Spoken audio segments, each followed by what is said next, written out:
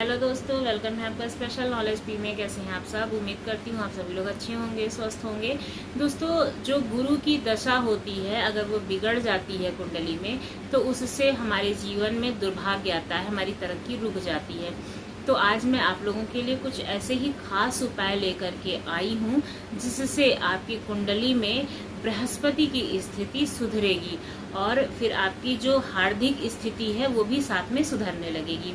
तो आइए जानते हैं कि कुछ खास उपाय कौन कौन से हैं जो बृहस्पतिवार को आप कर सकते हैं और अपनी हार्दिक स्थिति को सुधार सकते हैं। गुरुवार को घी का दीपक जलाना। गुरुवार की सुबह जल्दी उठकर स्नान कर लें और फिर सूर्य देवता को अर्घ दें।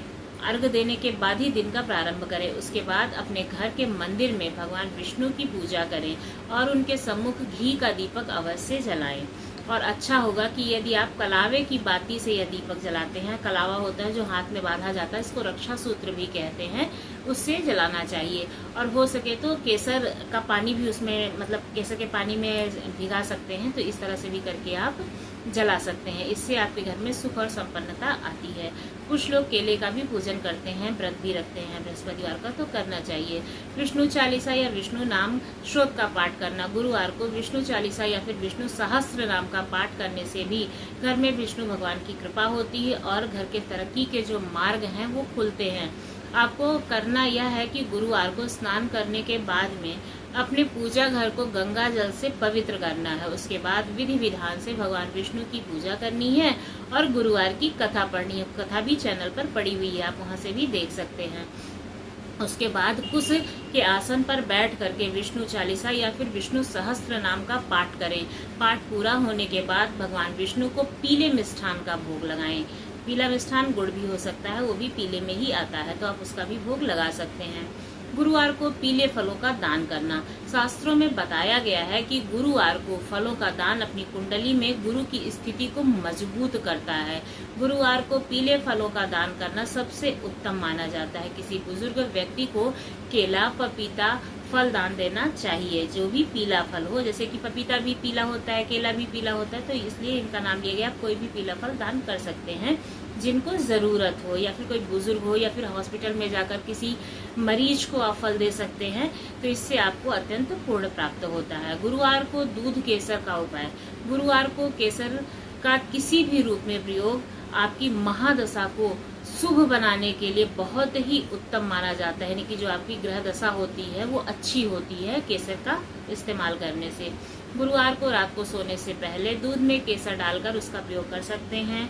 आप यह भी कर सकते हैं कि दूध और केसर की खीर बनाएं, भगवान विष्णु का भोग लगाएं और फिर पूरे परिवार में प्रेम पूर्वक प्रसाद के स्वरूप में उसको खाएं। इस उपाय से आपके परिवार के बीच में, मतलब जो आपके परिवार के सदस्य होंगे उनके बीच में प्रेम व्यवहार बना रहेगा और घर में सुख समृद्धि भी आएगी। तो आप केसर की खीर भी बना सकते हैं। शाम को जैसे जो लोग व्रत रखते हैं वो भी केसर की खीर खा सकते हैं। गुरुवार के दिन माता तुलसी का पूजन करके तुलसी जी की जड़ को गंगा जल से धो करके पीले कपड़े में बांधकर घर की तिजोरी में रख दें। इससे भी आपके घर की हार्दिक स्थिति सुधरेगी और सुख सौभाग्य में आपके वृद्धि होगी। इसके अलावा तुलसी की जड़ को पीले कपड़े में बांध करके मुख्य द्वार पर भी बांध सकते हैं। इससे आपके घर में निगेटिविटी प्रवेश नहीं करेगी। अगर आपको लगता है कि बार बार आपके घर में किसी की नजर लग जाती है तो आप ऐसा कर सकते हैं। इसके अलावा हर गुरुवार के दिन पीपल वृक्ष में कच्चा दूध मिला करके जल अर्पित करना चाहिए। इस उपाय से भी भगवान विष्णु और माता लक्ष्मी की प्रसन्नता होती है और आपके घर में उनकी कृपा बनी रहती है। अगर किसी भी बच्चे के विवाह में अड़चन आ जा रही हो तो उसके लिए भी बृहस्पतिवार का उपाय है। यदि आपके विवाह में देरी हो रही है, आपके बच्चे के विवाह में देरी हो रही है, रिश्ते की बात नहीं बन पाती है, तो आपको गुरुवार के दिन भगवान विष्णु का व्रत करना चाहिए और केले के पेड़ की पूजा करनी चाहिए। इस दिन पीले वस्त्र पहने और पीली ही चीजों का दान करें, पीला ही भोजन करें। साथ ही फलाहार में भी पीली ही चीज खाएं।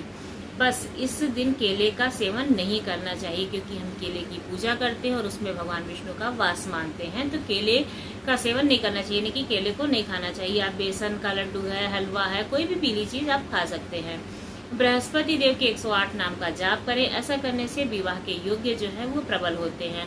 अगर लाख परिश्रम के बाद भी आपका कारोबार ठप हो गया है और फिर धीमी गति से चल रहा है, तो इस दिन भरणी नक्षत्र के दौरान हल्दी को जो 2 गांठ होती है, गांठ वाली जो हल्दी होती है उनकी 2 गांठ लें और घर पर ही किसी एकांत जगह में रख दें और उसके अगले दिन आंवले के पेड़ के पास जा करके उसकी जमीन में दबा दें। साथ ही अपने कारोबार की तरक्की के लिए मन ही मन में भगवान विष्णु से प्रार्थना करें। प्रार्थना करने के बाद आंवले के वृक्ष की 7 बार परिक्रमा करें। ऐसा करने से आपके जो कारोबार में परेशानी हो रही है, कमजोरी आ रही है, उसके तरक्की के मार्ग खुलने लगेंगे। भगवान विष्णु को अर्पित करें तुलसी की मंजरी। अगर आपकी आय कम है और इसमें आप वृद्धि लाना चाहते हैं तो गुरुवार को एक छोटा सा उपाय करने से आपके आय में वृद्धि हो सकती है। गुरुवार के दिन स्नान ध्यान करने के बाद में भगवान विष्णु को तुलसी की मंजरी अर्पित करें। तुलसी की मंजरी जो फूल होता है, मंजरी तो सब लोग जानने लगे होंगे, अगर नहीं भी जानते तो जो फूल होता है उसको मंजरी कहते हैं। इस दिन पूजा पाठ के बाद पीले रंग के नए कपड़े में तुलसी की मंजरी बांध करके इसे तिजोरी में रख दें। ऐसा करने से आय में धीरे धीरे आपके वृद्धि होने लगेगी।